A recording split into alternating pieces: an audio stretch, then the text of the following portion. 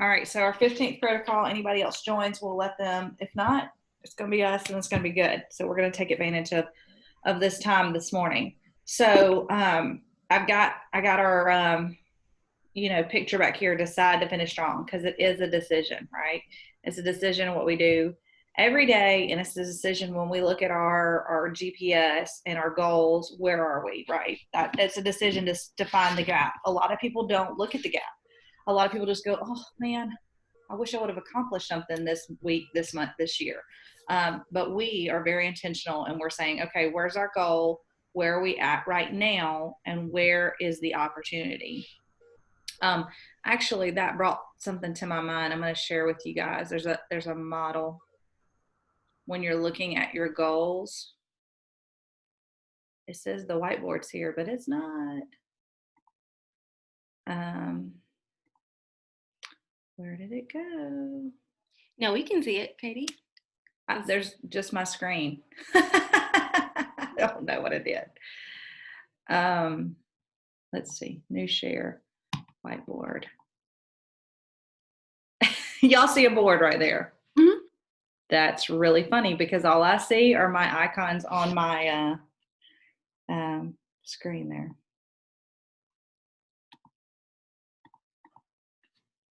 That's just very strange.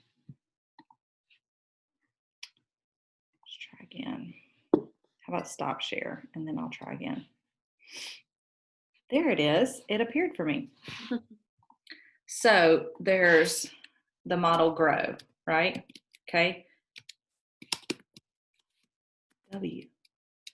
So you have your goals, you have your reality, you have your opportunity, and I just forgot W. Maybe wins. I don't know that that's the correct one. Anyway, so when you're thinking about where you are, what's your goal? Where are you really at? What's your opportunity? And where are you going to go with that? Like, how are you going to win? So that's something to be thinking about as we're looking at our goal setting and our achieving those. Like if you look at the grow, where am I? What is my goal? And where's my opportunity to accomplish? So now let's go back and share again. So we are deciding to finish strong. That's why we're on this call this morning. That's why we are having this conversation. So who wants to share with me what is your monthly goal and where are you at currently? Tiffany, you're unmuted, so you get to go first. Okay. So let's see. My goal was 2 contracts written and accepted, and so far I've gotten 1. So Yay! Yeah, so I'm like halfway there. Yeah. And hopefully I can get another. Okay. What is in your pipeline that you're going to get under contract? I have one person who we're waiting for her letter. Mm-hmm. So that potentially Okay. buyer. Here's a question. Do you know the lender? And can you contact the lender directly? It's Max Credit Union, and yeah, I could. Sometimes that helps because you have more urgency and you're the professional, right? The client sometimes has so many other things going on. They're just like, oh, well, I'll wait till it comes through. Well, you can push that forward. So that's something put on your to-do list today. To get a lender and just say, hey, you know what? I know you've been waiting on this from the lender. Do you mind if I reach out? Of course, getting permission, right? But they're not going to mind. That also puts you in contact because you're going to need to be on a name-to-name basis with the lender throughout the process. So then you'll have to, once you put the offer in, get the cost worksheet, all of that, and you'll already have the lender, on your side. Gotcha. Okay. Yeah, I'll definitely do that today. So, boom. Here we go. Carol, I'm sorry. Go ahead, Tiffany. And I had 4 listing appointments, and I have not gone on any, so I'm very behind in that area. Okay, we're gonna have something to talk about today that I think will help you with that. Okay. Shakarol, what is your monthly goal, and where are you at? My goals, my overall goals, I wanted to have at least 2 transactions this Okay. month. Okay. The way mine is happening is like it seems like I'm a double next month. Well, I do have a contract signed for a buyer. They close next month though. I will list their house this weekend, so that'll be 2 contracts. Well, two. Well, Yeah. yeah, I have a A buyer listing. agency, you can count a buyer agency as a contract, right? Okay. So that's a contract written, and then the Yes. accepted would be once you go under like official contract with an Yeah, offer. so we are under contract for them buying a house. We just have to list their house Right. this weekend. Right. I That's did. two. Sha Carol. That's Yes. two. That's Well, two. that's good One, because two. then I also got another buyer contract yesterday. Oh, So we're See, looking now for you're going her to get to the home. point, guys, where you're not just saying, I want 2 contracts. You're going to be specific. Well, typically, Okay. kind of what our work. I want 2 buyers, approved and looking. I want 3 under contract, and I want 4 listings. Or, Yes. where you can be like uber specific, because now you're understanding how you lead generate and push those categories through. yep, that's true. Whereas when you first start, you're like, anything, push it through. So now you're able to get really specific with that. I'm Yes. so proud. Malin, are you where you're able to talk to us? Yes, I am. All right. What is your monthly goal and where are you at? So I wanted to have 2 transactions, and I do have one under contract, and we're looking with with other buyers. I've got 3 people that are approved, so we're just looking. We're going out this weekend to look, and hopefully I'll have another love that. contract this Yeah. weekend. Yeah. Yes. Mhm. Yes. Fantastic. Okay. So today for our 15th protocol, we want to really hone in on. So Malin, you have 3 buyers in the pipeline. You're actively searching with them. You've got 1 under contract. But you know what's so interesting about this, guys? That we're having this conversation, but nothing against anybody that's not on the call today. I get that. But look around you and think about how many realtors are on our board and how many of them are really taking their businesses serious and having these conversations. A lot of people aren't. So to set you guys apart and to keep pushing forward, we're going to talk through a couple of tactics. Okay. So here are some tactics to fill your pipeline. Database styles. If you haven't done care calls in a while, every 3 months you need to be talking to everybody in your database. So that's a good point. And you can just remind them when real estate comes up, right? Care, concern, and common sense. When they ask about real estate, say, you know what? Actually, I had a call this morning about my goals and I'm halfway there, or I'm a third of the way there. Do you know anybody I could talk to help me finish this month strong? You guys see it with your friends on Facebook and social media that are multi-level marketing. How many times do they go, help me meet my goal this month? So we can do the same thing, right? That gets people behind you. Calling expireds, pulling up MLS, looking for anything that's expired. I would even go back in the last 90 days, having a conversation with them. And you can just say, hey, I'm looking, I noticed that your home went, it expired, the contract went expired. Can you tell me more about that? Then when they say, oh yeah, blah, blah, blah, blah, blah, blah, blah, blah, my realtor didn't do this and this. Oh, well, I'm so sorry to hear that. Do you know that the market is selling at blah, blah, blah, blah, blah in your area? That's where becoming the market expert and just literally leaving them with that information, putting them in your pipeline, and then touching them every so often. You just want to be sure to do that. For sale by owners, okay? Expired and for sale by owners are so good to fill your pipeline because they're going to be now business, right? Your database referrals, some of these other things may be future business. We're looking for now business for the next 2 weeks that can fill our pipeline. So expired, they've already had both hands up. They're ready to sell and they're willing to pay an agent. Okay, so they're already willing to work with a professional. The experience they had obviously did not fulfill what they wanted it to be. So you just open that conversation up and see where it goes. With the for sale by owners, they've at least had one hand up and say they want to sell. So that's where you come in with more of the market information. Dennis Russell did a conversation about a, walkthrough interview where you're literally just, what, I have buyers in the area and I want to see everything that's on and off the market. So I'd like to know more about your property. And you literally walking through the home or asking them their experience and while they're selling it themselves. Okay.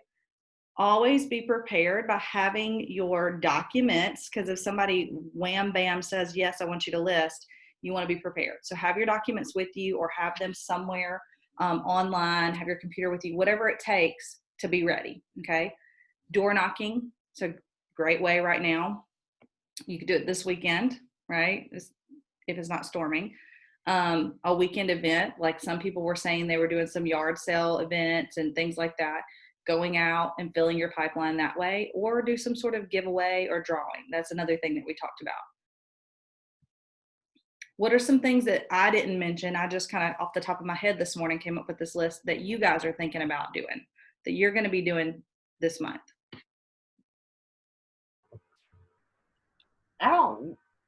I think you mentioned everything, but when we say weekend events, are we meaning like open houses and things like that? That works. Yeah, that's just kind of a broad category I put on there. So like things that typically happen in the weekend, real estate related or not, right? So you can host an open house, that would be real estate related, or you can join a booth at a, flea market. That's not real estate related, but that's also gonna, if you're strategic and, getting information from people, then that's gonna fill your database too. The important thing about that is to go into the 36 Touch after you put them in your database. Yeah. Right. What are the giveaway drawings? What ideas do you might have for that? So 1 second, I need to open my door. I'm about to burn up in here. Okay. All right, I got my door open, but I'm on the video. Lordy mercy. Y'all see my shirt? Real estate is a contact sport. I like that. I like that. I need to make me one. I got it at That's pretty nice. Family Reunion last year. Okay. And they're doing t-shirts this year too for Mega Camp, because normally they do these like different event shirts for these events. And they're mailing them this year because it's a virtual event. So I'm looking forward to having some new ones. Anyway, so giveaway. Let's think about it. We talked about it a little bit yesterday with the 36 Touch. A family dinner, right? A Amazon gift card, a Starbucks gift card, I'm trying to think though on what's helping, like what would be helpful or exciting for someone right now. A DoorDash gift card, a basket of school supplies. Heck, you need a basket of cleaning supplies. People like that now. Yeah. So you can get a basket. Right. Think about you guys that are parents and you're virtual schooling right now. What would be super nice? And what would you be like, man, I'm going to share that because I want it. Right. It doesn't have to be something super expensive. I think I looked, how there's all these like holidays, right? There's like chocolate chip day and national ice cream day and like whatever. Like, so I know when I was in sales, I did like a national ice cream day and gave a gift card to Baskin Robbins or something. Oh. I don't think there's a Baskin Robbins here. Anyway, I can't think of the name of the ice cream place. Brewster's. Thanks, Susan's in the room. Brewster's. Hey guys. She's Hey, Susan. But I mean, it doesn't have to be a huge, enormous thing, but it can be. Never thought about it. Thanks, Susan. Just think about something that you can put out there with a cute little, like, post or whatever and get people to like and share, or for referrals, right? Who has a referral for me? You're going to enter to win. The referral, I think you typically do need, if it's like a like and share or your Facebook page or a listing or an open house or something like that, you can do something, I would say, smaller. But if you're looking for like a draw for referrals, I would maybe try to do something a little bit more than like a $25 gift card. I would do more of the $50, the $100 type thing, because you're asking for more. So the like and share would be probably like for a listing. Yeah, that was part of when I would have a listing. That's the first thing I would do is like, I knew I was going to have an open house. I knew I was going to have a realtor luncheon. For the open house, I went ahead and did like a post, like and share, just listed, and I gave away, I think somebody had given me a Firebirds gift card or something, and I gave away a $25 gift card just to promote that. Right. And promote that new listing. Right now, we don't necessarily have to do that because you put it on MLS and within 3 hours, you're going to get multiple offers. But just thinking about things like that, because our point right now is you guys have buyers that maybe in your pipeline, we need to bump them up, or you need to put more in, put more listings in, pull more listings in. So on the for sale by owners, did you guys know, I looked up this morning, for salebyowner.com, you can look at the properties. This listing I pulled up is Wynn Lakes, and it's got the owner's phone number. That's what I need. Yeah. So you could very easily go through here. I know we had a class in December with Rob from Nashville. This is part of his ongoing lead generation, is he looks for sale by owners up on sites like this for sale by owner. He even looks in Zillow. There's like a whole category of Zillow that's for sale by owner. Mm-hmm. Now, some of these you're going to come across, right, that somebody doesn't have their phone number public, right? We have forewarned. But they don't want somebody to contact them that way. They want to come through the third party, right? And you know why the third party wants that? Because they collect the commission off of it. But there's different ways that, besides just happening to see a for sale by owner sign on the side of the road, that you can really get purposeful in that. So like I said, they already have their hand up saying they want to sell. Tiffany, you need 4 listings. I would be digging in hard. Yeah. You need 4. I'd make a list of 20. Gotcha. Right? Start hitting them hard, even if it's just the introduction. Even if it's just I want to come look at your property because I have buyers in my pipeline and I want to know. Yeah, and I was thinking about that too. The house that I'm under contract with now in New Park, about 3 doors down, is a for sale by owner. So I'm thinking like reach out and say, hey, my buyer wanted to come look at your house, but because it's, for sale by owner, she didn't bother. So hey, do you mind me taking a tour of it just for other buyers? Something like that. Do that. Because you know what? You have to look at all of this, guys, as like, yes, we want results. But I think sometimes we get so discouraged of like, what if this isn't the result we want? And we forget that this is a sharpening a skill too. So it can be a win-win, right? Yeah, you're going to have not everything is going to produce fruit, but you are going to sharpen your skills the more and more you do it. It's time over task over time. So the more you do something, the longer you do it, the easier it becomes. That's true. What happens, Katie, when we had, like, say my buyer loves a for sale by owner home, and they really want to go through it, but the buyer, how do I start the conversation about the commission with the for sale by owner? So even they might not want me as their realtor, but I need at least my 3% from the buyer side. Right. So I think there's a form in MLS, but you don't necessarily have to have that, right? So you can just have the conversation. I'm going to preview your property while you're there previewing the property, whether they're there or not, and they probably will be there. Just say, okay, well, I as I mentioned, I have buyers in my pipeline looking in this area. If I think this is going to work for one of my buyers and I bring one to you, are you willing to compensate me with 3% commission? And then they're going to say, yes, no, maybe. Okay, well, when the time comes, the first thing I'm going to send over you before I bring my buyer is that in writing. Okay. And you'll just sign off saying, I'm happy to represent you as for a listing, of course. We previewed the property. I think it's, at this point, you've already seen the home, right? Yeah. I think this is a great, and yet if you're not ready to make that move, I do want to go ahead and confirm that if I bring you a buyer and a, offer, would you compensate me? Okay. So don't be afraid to do that. They're going to expect you to do that. Okay. Honestly, they probably expect you to try to weasel your way into being their listing agent, but I think it's just you're not wrong, right? Being upfront and honest. Yeah, and I think most for sale by owners are willing to work with a buyer's agent. Mhm. Most of them. Mhm. Right, and you're building a relationship, so you're going to be working past that, bias of realtors or agents or whatever they're thinking about. Because their goal, what is their goal? To get the most for their home. Right, to sell their home. Yeah, to sell their home for the most top dollar, and they think they can do that by doing it themselves. And honestly, prior to being a realtor myself and being in the profession, I would think the same as well, right? So if we put it in context, they're not the professional. They don't know the things that we know.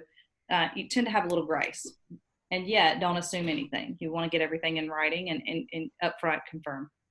And they don't realize that they are still legally bound to certain laws if they try to sell it on their own. Right. Right. They don't understand a lot of things. They just think they're saving some money. Right. Okay. So what else are we going to be doing? We're going to be calling for sale by owners. We're going to be reaching out to expireds. We're going to contact the lender. If we've got some buyers that say, oh, I'm waiting on my lender, you know what? I'll be happy to reach out to them on your behalf, especially if they've already gone through the approval process. Right now, you're just looking for the letter, right? Mm-hmm. Showing property. Anybody doing an open house this weekend? I don't have any this weekend. Katie, are there any, I know at one point before the pandemic, agents that didn't mind sharing their listings for open houses, are they still doing that at the office? I have not heard of any yet. What I would do is get on the Facebook group and say, would anybody like, their listing to be held open? And it's going to be case by case because some sellers are still being funny about people coming to their house or, this, that, and the other, or even a virtual open house, right? Put that on the Facebook group and just say, hey, anybody that's got the property that we could hold open, I'd love to do that. Or does anybody have a property that we can do ads on? Oh, yeah. Or mailers on. Good idea. Or, any of that sort of thing. Okay.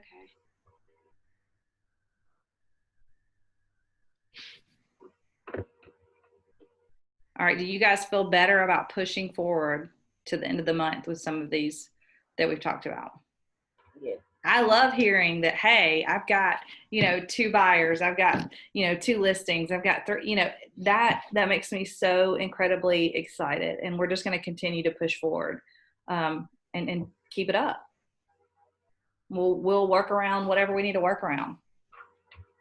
So y'all have a great day. Thank you for joining me today. And keep pushing forward. I cannot wait to hear how you guys finish this month. You got plenty of time. Let's go. All right. All right. All right. Thank you. Bye. Thank you, Katie. Bye.